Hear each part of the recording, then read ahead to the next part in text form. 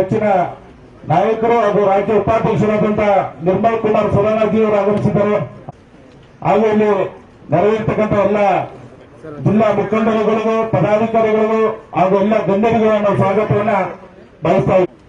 ಈ ಒಂದು ಸಭೆಯನ್ನು ಉದ್ದೇಶಿಸಿ ರಾಜ್ಯ ಉಪಾಧ್ಯಕ್ಷರಾದಂತಹ ಮಾನ್ಯ ಜೋಶಿಜಿಯವರೇ, ಬಂದಿರತಕ್ಕಂಥ ಎಲ್ಲ ಪ್ರಮುಖರೇ, ಒಟ್ಟು ನಾವು ಸುಮಾರು ಒಂದು ಅವಕಾಶ ನಮ್ಗೆ ಬಂದೇ ಬರುತ್ತೆ, ಅದಕ್ಕೆ ಕಾಯ್ತಾ ಇದ್ವಿ. ಆ ಅವಕಾಶ ಈಗ ಬಂದಿದೆ ನಮಗೆ.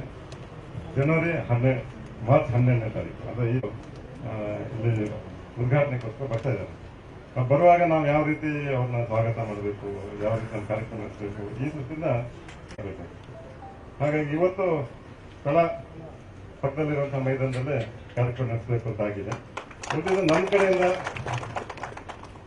ಮೊಬಿಲೈಸೇಷನ್ ಬೇರೆ ಬೇರೆ ಕೆಲಸದ ಬಗ್ಗೆ ನಾವು ಮತ್ತೊಮ್ಮೆ ಸೇರಿ ಅದ್ರ ಬಗ್ಗೆ ನಾವು ಚರ್ಚೆ ಮಾಡೋಣ. ನಮ್ಮ ಕೇಶವ ಪ್ರಸಾದ್ ರಾಜ್ಯ ಕಾರ್ಯದರ್ಶಿ ಹಾಗೂ MLCಗಳು ಸಾಕಷ್ಟು ಅನುಭವನೂ ಇದೆ.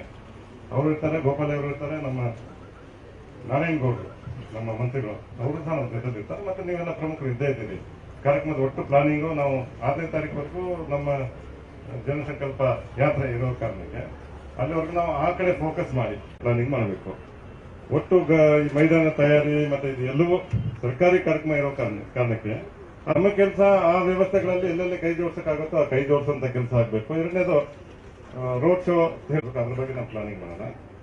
ಜೊತೆಲಿ ಬರೋ ಜನಕ್ಕೆ ಅಂತ ಅನುಕೂಲ ಮಾಡಿಕೊಡುವಂಥದ್ದು, ಪಾರ್ಕಿಂಗು, ಊಟದ ವ್ಯವಸ್ಥೆ, ಈ ಭಾಗದಲ್ಲಿ ನಾವು ಈ ಸರ್ಕಾರದ ಕಾರ್ಯಕ್ರಮದಲ್ಲಿ ನಾವೆಲ್ಲರೂ ಭಾಗವಹಿಸಿ ಆ ಕೆಲಸಗಳಿಗೆ ಕೈ ಜೋಡಿಸೋಣ ಅಂತ ಹೇಳ್ತಾ, ಒಂದಿಷ್ಟು ಐತಿಹಾಸಿಕ ಕಾರ್ಯಕ್ರಮ, ಹುಬ್ಳಿದ ಕಾರ್ಯಕ್ರಮ ಇರ್ಬೋದು, ಈ ಎಲ್ಲ ಕಾರ್ಯಕ್ರಮಗಳನ್ನ ನೇರ ನಮ್ಮ ಸಚಿವರು